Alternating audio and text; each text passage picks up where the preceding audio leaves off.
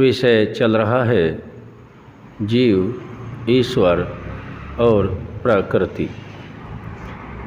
जीव आत्मा को कहते हैं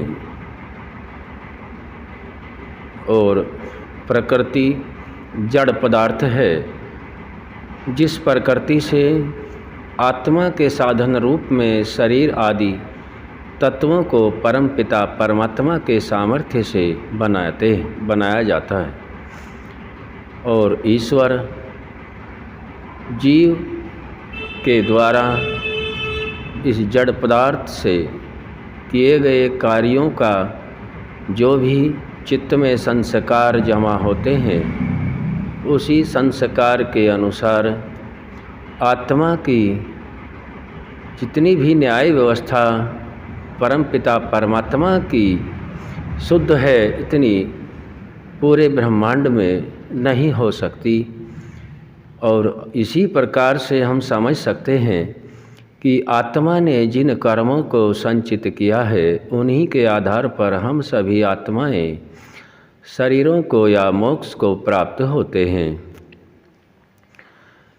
जीव, ईश्वर और प्रकृति को जो विषय हम सभी ने समझने और समझाने का प्रयास किया है, इसका उद्देश्य यही है कि हम सभी आत्माएं अपने मूल उद्देश्य को जानें और जो हमारे मूल कर्तव्य और नित्य कर्म हैं, उनको जान करके आगे बढ़ें। इस विषय को समझाने के लिए परमात्मा की वाणी वेद और ऋषि ब्रह्मा से लेकर के जैमिनी पर्यंत सभी ऋषियों का जो मत एक है, उसी मत को महर्षि दयानंद सरस्वती जी ने, जो विज्ञान काफ़ी समय तक लुप्त हो गया था लगभग, उसको साकार करके सभी प्राणी मात्र की उन्नति के लिए इस मूल ज्ञान को दिया।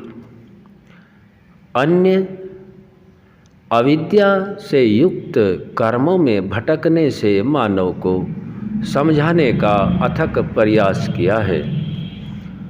महर्षि दयानंद सरस्वती जी ने अपने संपूर्ण जीवन में परमात्मा की जो उसका शुद्ध चेतन स्वरूप है जानने की और सभी प्राणी मात्र के कल्याण के लिए ग्रंथों की रचना को किया है।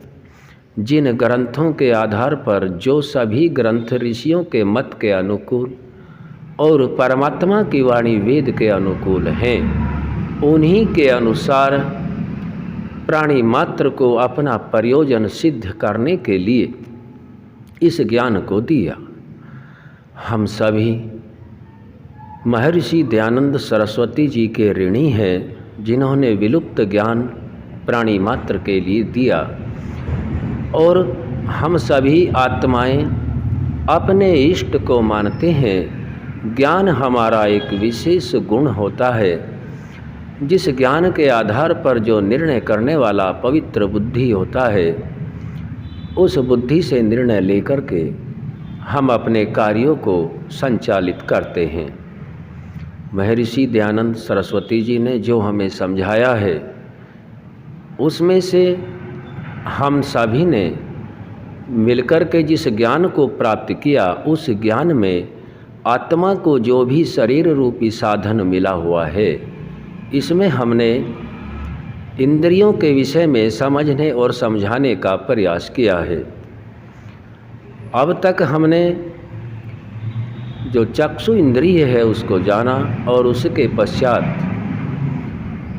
घ्राण इंद्रिय के विषय में हम समझाने का प्रयास कर रहे हैं, क्योंकि इस शरीर में जो भी ज्ञानेंद्रियां और कर्मेंद्रियां दोनों मिलके 10 हैं, इन 10 का जब तक हम ठीक ठीक ज्ञान प्राप्त करके अपने कार्यों को जो नित्य कर्म हैं धर्मानुकूल संचालित नहीं करते, तब तक हम परमात्मा के समीप नहीं हो सकते। जो हम घ्राण इंद्रिय का विषय ले रहे हैं, पहले भी हम इसको कुछ समझ चुके हैं। घ्राण इंद्रिय गंध ग्रहण करने का कार्य करता है और यही गंध मानव मात्र की उन्नति और अवनति का कारण भी बनता है। उन्नति के लिए हम सभी अपने जो आप्त पुरुष हैं, जो पितर हैं, उनके ज्ञान से देख करके, सुन करके और पढ़ करके अनुमान लगाते हैं और उसी अनुमान के आधार पर हम सभी आत्माएं उन्नतियों को प्राप्त होते हैं। उन्नति तभी संभव है जब हमें यह ज्ञान हो जाए कि यह जो गंध हम ग्रहण कर रहे हैं, इस गंध को ग्रहण करने के पश्चात हम सभी आत्माओं के लिए संस्कार बनते हैं जो अच्छे और बुरे भी होते हैं। ज्ञान हमने यदि प्राप्त ऋषियों के मत के अनुकूल किया तो हमें असत्य को छोड़ने में और सत्य को ग्रहण करने में कोई कोताही नहीं बरतनी चाहिए। और यही विषय अविद्या का भी है। अविद्या का नाश और विद्या जब प्राप्त हो जाए उसकी वृद्धि करते रहना चाहिए। महर्षि दयानंद सरस्वती जी की हमारे ऊपर असीम कृपा रही कि उन्होंने आर्य समाज को आगे तक बढ़ता रहे, इसके लिए नियम भी दिए हैं। उन नियमों के आधार पर हम धर्मानुकूल चलकर अपने जो साधन रूपी शरीर है इसको ठीक ठीक चलावें। और ईश्वर स्तुति, प्रार्थना, उपासना के मंत्रों में भी यही समझाया है कि ये जो साधन रूपी शरीर है, इस शरीर से ही उपासना करें। जो मंत्र में समझाया गया है, ओम ये प्राणतो निमिषतो महित्वैकिद्रा जगतो बभूव यैषे अस्य द्विपदश्चतुष्पद कस्मै देवाय हविषा विधेम। मंत्र में महर्षि दयानंद सरस्वती जी यह समझा रहे हैं, बता रहे हैं भावार्थ में कि जो प्राण वाले और अप्राणी रूप जगत का अपनी अनंत महिमा से एक ही विराजमान राजा है, जो मनुष्य और गौ आदि प्राणियों के शरीर की रचना करता है। हम लोग सुख स्वरूप सकल ऐश्वर्य के देनेहारे परमेश्वर की प्राप्ति के लिए अपनी सकल उत्तम सामग्री को उसकी आज्ञा पालन में समर्पित करके विशेष भक्ति करें। आत्मा के लिए परम पिता परमात्मा के ज्ञान वेद से हमने यह जाना, जिसको महर्षि दयानंद सरस्वती जी ने ठीक प्रकार से समझाया कि आत्मा के लिए उत्तम सामग्री यह शरीर है और इस शरीर में जो ज्ञानेंद्रियां हैं उनसे हमें ठीक ठीक कार्य लेना होता है। और यह जो अष्टांग योग में एक अंग आता है, यम नियम आसन प्राणायाम प्रत्याहार। प्रत्याहार में जितनी भी इंद्रियां हैं उनको विषयों से रोकना। विषयों से रोक करके ही हम अपने मूल उद्देश्य को पूरा कर सकते हैं। तो घ्राण इंद्रिय का काम गंध का है और गंध ये ऐसे ही नहीं जो नासिका नहीं कर पाता। नासिका जो दिखाई दे रही है ये भी इंद्रिय का साधन है और इंद्रिय भी मन के अधीन है और मन भी प्रकृति से बना हुआ जड़ पदार्थ है।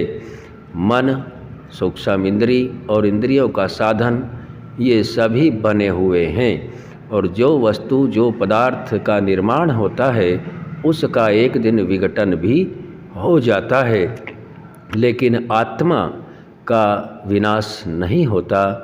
आत्मा उस साधन के द्वारा किए गए कर्मों को भोगता है।